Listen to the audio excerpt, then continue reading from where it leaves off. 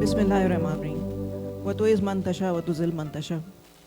Well, at the outset, I would like to congratulate Sakhar IBA for getting this AA CSP accreditation, but also congratulations to Dr. Nyasa for coming up with this wonderful conference, which is 5th International Conference. But it's the topic that he chosen, and he shared all of us.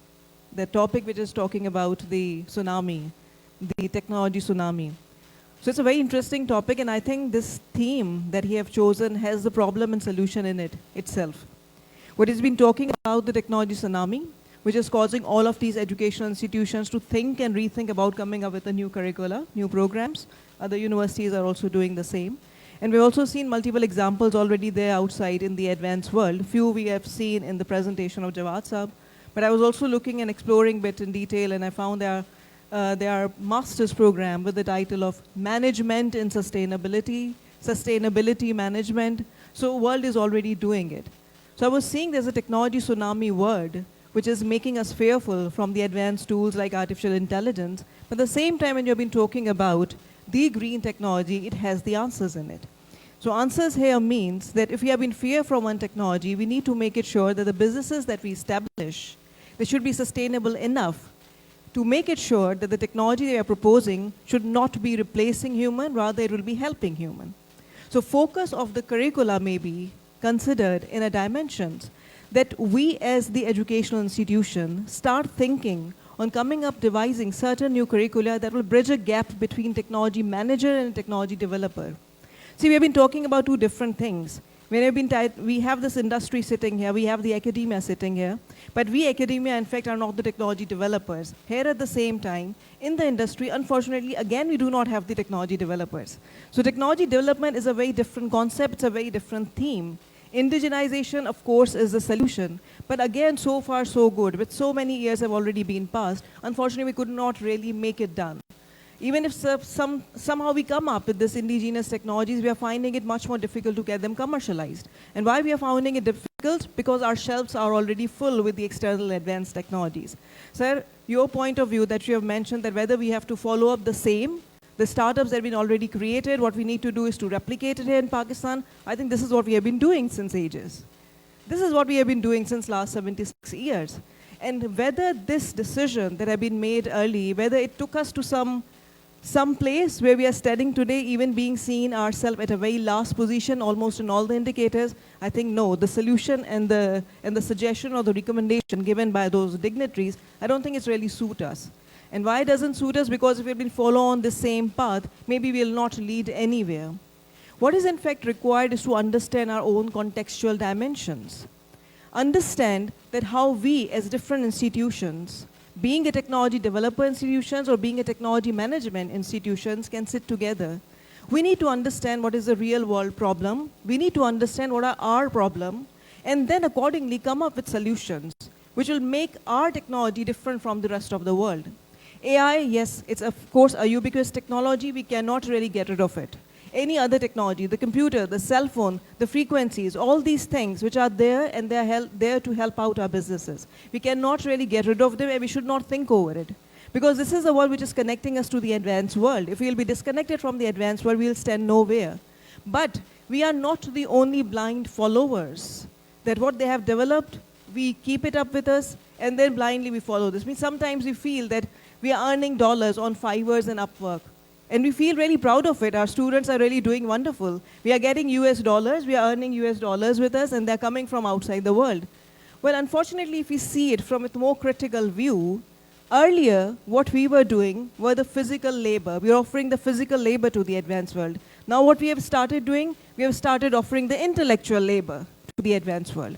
So this is a very different kind of debate, and we need to be open in terms of realization, open in terms of thinking, that what do we really want from our young generation, from our youth to continue with.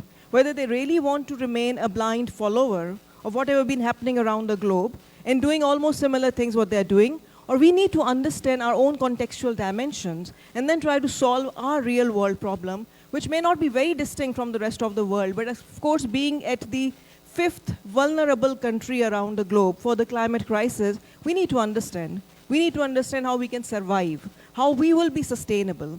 And for that, as I mentioned earlier, what universities has to do is to make it sure there are very different kind of curriculums they need, in which we want a combination of technology managers and technology developers at the same time. I would like to propose one new curricula that I developed myself.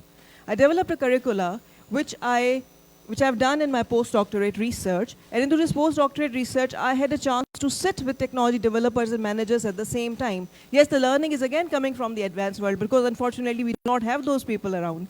So we learned from them, and after learning from them, I reached a conclusion that these two important guys are not really uttering the similar languages. There is a knowledge asymmetry that exists between them, and because of this knowledge asymmetry, what is happening? They both are going in different dimensions. See, I'm not talking about the developing country. I'm in fact mentioning the developed countries. So if this problem exists there, you can imagine we already have this problem in this society. What is important is to propose certain programs, certain curriculas, which make our different brains sit together. I really enjoyed the presentation by Javasa, who was mentioning use nature. And I think every science, every technology that have been developed so far, it is based on nature. If we've been talking about apple that comes out and the Newtons all of a sudden understood what it is, it's a gravity concept. Where does it come from? It comes from the nature. Everything that we see around, everything is in fact being developed and derived from the nature. What is important to make these two important entities sit together, the technology developers and technology managers, on one theme. And that one theme is for a sustainability of our country, one theme on a sustainability of a nation, and one theme to avoid the suffering that we have at the moment. As I mentioned earlier, that I'm proposing my new program that is known as Lean Canvas for Invention, and it's an associated 6-month semester that I usually teach to PhD students of multiple disciplines. And those multiple disciplines, I develop a teams of engineers and managers at the same time. So the engineers come up with the concept of technology development, and the managers come up with the concept of technology management. Bridging a gap between two different entities is important, but with an objective that whatever they will go on through the entire process, which will move from the problem identification of real-world problem, leading towards the research outcome, which is at different level of technology readiness. It's not only a technology readiness level, it is also a product readiness level. Keeping in concept that what we want from those new products or new technologies is to solve these issues, which will bringing into the business, causing the sustainability overall. So this is one idea that I can share with you as an output. What do you think, what's the role of pedagogy in developing the mindset, or of course the creativity of the students towards the green technology? For example, as per the report of MIT, the Future Green Index, specifically on the society side, greener society, Pakistan is much far behind than many other countries. So what do you think, what role universities can play in, of course, disseminating the awareness about the environmental issues, greener technologies, and how teaching pedagogy can play a role in it? Thank you very much again. The pedagogy, I think we as a university teacher, we know there are a variety of pedagogies that already exist. One of them is the problem-based learning. And problem-based learning again start from identifying the real-world problem. I will go back and touch on my same curricula that I mentioned earlier. That has a capacity to identify a problem, goes through a very systematic procedure, and after following that systematic procedure, come out with a solution. So this is, I think, which is required to be done in terms of pedagogy. I was learning about this pedagogy and came across with the concept of 5 Cs. 5 Cs says that your pedagogy needs to impose on your student the critical thinking. He or she must be aware with the collaboration, how to collaborate. At the same time, have a character, communication, and the 5th one, if I remember well, it was critical thinking and creativity both. So the concepts of 5C, if they're embedded in a pedagogy, coming out with the method, because pedagogy means like a combination of different methods together.